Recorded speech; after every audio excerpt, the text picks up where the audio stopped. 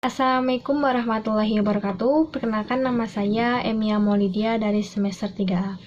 Di sini saya akan mereview materi hukum pidana lanjutan yang telah disampaikan oleh Ibu Dr. Hajah Heni Nuraini SHMH dan juga asisten dosennya Bapak Dr. Muhammad Rendi Arianda Yandi SHMH. Di pertemuan ke-7 ini saya akan mereview keseluruhan bab 1, bab 2, dan bab 3 yang telah disampaikan. Mulai dari bab 1, di mana di sini mengenai percobaan. Dimulai dari bab 1, di mana di sini membahas mengenai percobaan. Nah, percobaan, definisi percobaan itu sendiri belum diatur di dalam KUHP, tetapi dalam KUHP hanya ada batasan yang menentukan kapan ada percobaan dan menentukan syarat-syaratnya saja, yaitu seperti diatur dalam pasal 53 dan 54 KUHP.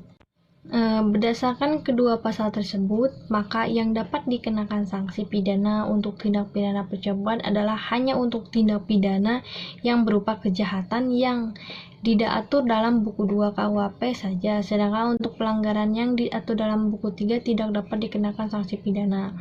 Nah, selain itu berdasarkan kedua pasal tersebut, maka dimaksud dengan percobaan adalah suatu percobaan yang dilakukan seseorang dengan niat yang jahat dan niat itu sudah mulai dilaksanakan, tetapi perbuatan belum selesai.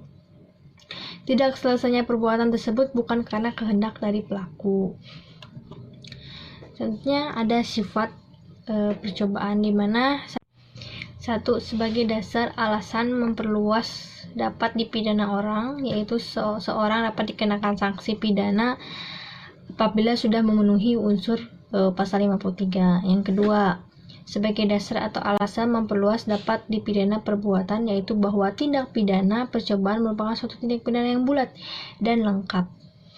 Selanjutnya ada dasar patut dipidana dalam percobaan, di mana yang pertama ada teori subjektif. Nah, teori ini patut dipidana terletak pada sikap batin atau watak. Yang kedua ada teori objektif, di mana dasar patut dipidana percobaan terletak pada sifat berbahayanya perbuatan yang dilakukan oleh pelaku.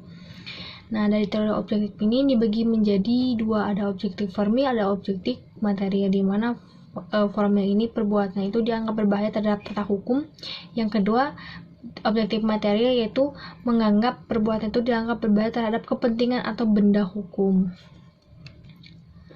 Selanjutnya ada unsur-unsur percobaan, di mana ada niat, yang kedua ada permulaan pelaksana, yang ketiga ada pelaksana tidak selesai bukan karena kehendak sendiri. Selanjutnya ada percobaan mampu dan tidak mampu, di mana percobaan tidak mampu muncul apabila perbuatan pelaksana telah dilakukan tetapi delik yang dituju tidak selesai atau akibat terlarang menurut undang-undang. Terus, tidak timbul akibat terlarang dapat disebabkan tidak mampu objek. Kemudian perbedaan percobaan mampu dan tidak mampu hanya ada percobaan objektif, yaitu menitik beratkan pada sifat berbahayanya perbuatan, sedangkan mengenal teori subjektif tidak mengenal perbuatan tersebut, melainkan menitik beratkan pada sifat berbahaya sikap batin. Selanjutnya memasuki bab 2, yaitu mengenai penyertaan, di mana pernyataan ini disebut juga sebagai turut campur dalam peristiwa pidana atau turut berbuat delik, atau juga disebut turut serta, dual meaning, complicity, dan participation. Nah, pengaturan penyertaan ini secara umum terdapat di dalam buku 1 dan juga 4 KUHP pasal 55 sampai dengan 62. Secara khusus, secara tersebar dalam buku 2 KUHP, buku 3 KUHP, dan beberapa peraturan di luar KUHP atau tindak pidana khusus. Nah, bentuk-bentuk penyertaan ini ada yang melakukan, kedua, yang menyuruh melakukan, ketiga, yang turut serta melakukan, keempat, yang membujuk, dan yang kelima, yang membantu melakukan.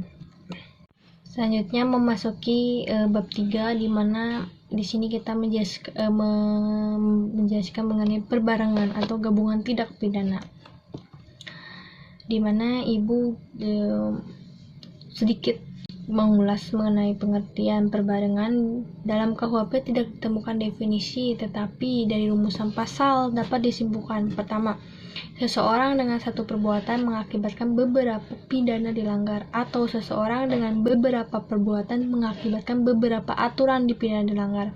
Kedua, di antara perbuatan-perbuatan tersebut, hakim belum pernah menjatuhkan putusan atau vonis. Ketiga, jaksa penuntut umum dalam melakukan penuntutan perkara tersebut harus secara sekaligus dan bersamaan. Nah, di antara tiga pengertian tersebut, yang paling penting adalah nomor 1, karena menyangkut perbuatan. Nah, sekian reviewan keseluruhan bab 1, bab 2, dan bab 3. Wassalamualaikum warahmatullahi wabarakatuh.